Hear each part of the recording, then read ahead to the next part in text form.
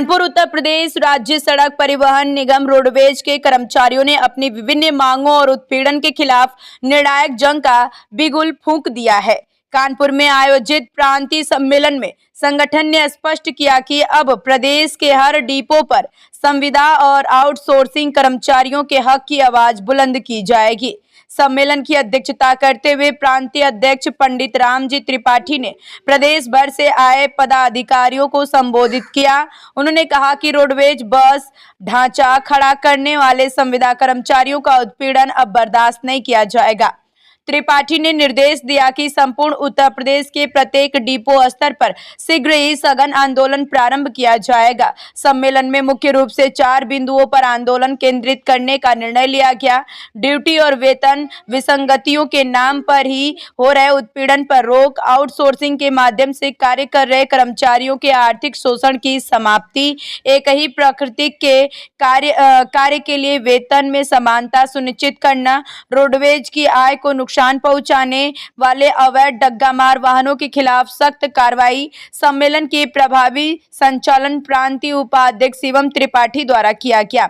इस दौरान प्रांतीय अध्यक्ष ने सभी क्षेत्रीय और शाखा पदाधिकारियों को आगामी संघर्ष के लिए तैयार रहने की शुभकामनाएं दी। इस महत्वपूर्ण बैठक में प्रयागराज से प्रांतीय संयुक्त मंत्री लाल तिवारी, आगरा से प्रांतीय उपाध्यक्ष सत्यनारायण शर्मा, प्रांतीय कोषाध्यक्ष गया प्रसाद पांडे, गाजियाबाद से के शर्मा एवं राजेंद्र सिंह, गोरखपुर से राजेश पांडे और कानपुर से अनिल शुक्ला सहित भारी संख्या में क्षेत्रीय नेता और मौजूद रहे। वक्ताओं ने एक स्वर में कहा कि यदि समय रहते परिवहन निगम प्रशासन और सरकार ने इस मांगों पर ठोस निर्णय नहीं लिया तो चक्का जाम जैसी स्थिति उत्पन्न हो सकती है।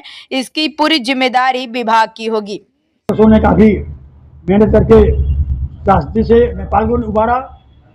जम्मू कश्मीर का चुनाव था, उसमें भी रोडवेज के लोग जाकर के चुनाव संपन्न कराया। इस तरीके से महत्वपूर्ण विभाग की आवश्यक सेवाओं का महत्वपूर्ण कर्मचारी नेता हमारे बीच बैठे हैं। ऐसी स्थिति में आज उनकी एक आपात बैठक हमने बुलवाई है, सभी मौजूद हैं। उसका मुख्य विषय ये है कि संविदा और काफ़ी अर्सों से काम कर रहे हैं, उनकी सेवाएं नियमित नहीं हो पा रही हैं, काफ़ी समय से सेवाएं कर रहे हैं।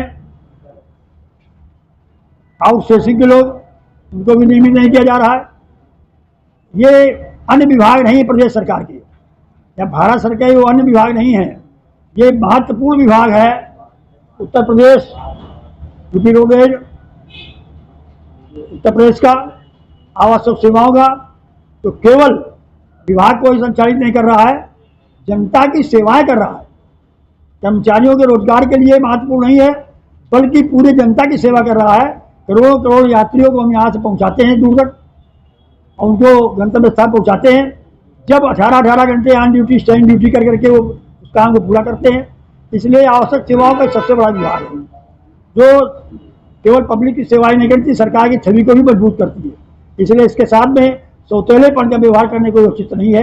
हम लोगों ने आज बैठक बुला करके हमने एक फैसला लेना चाहा है कि इसकी बात को उत्तर प्रदेश सरकार को बताया जाए, ये कानून में डाला जाए कि आवश्यक सेवाओं के सबसे बड़े विभाग में सबसे बड़े मजबूत रूप से इन लोगों की सेवाएं हैं, उसका मूल्यांकन करके इनको सामान्य कर्मचारियों की भांति न रखा जाए।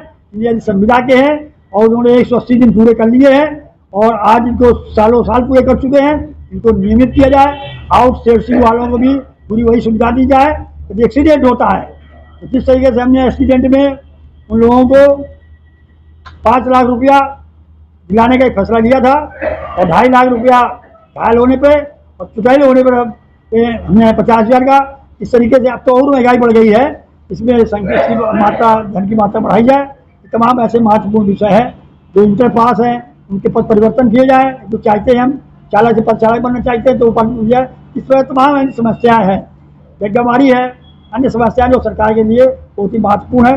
उसके लिए आज महत्वपूर्ण यूपी रोडवेज एम्प्लॉयज यूनियन की बैठक बुलाई है और इस पर महत्वपूर्ण फैसले होंगे।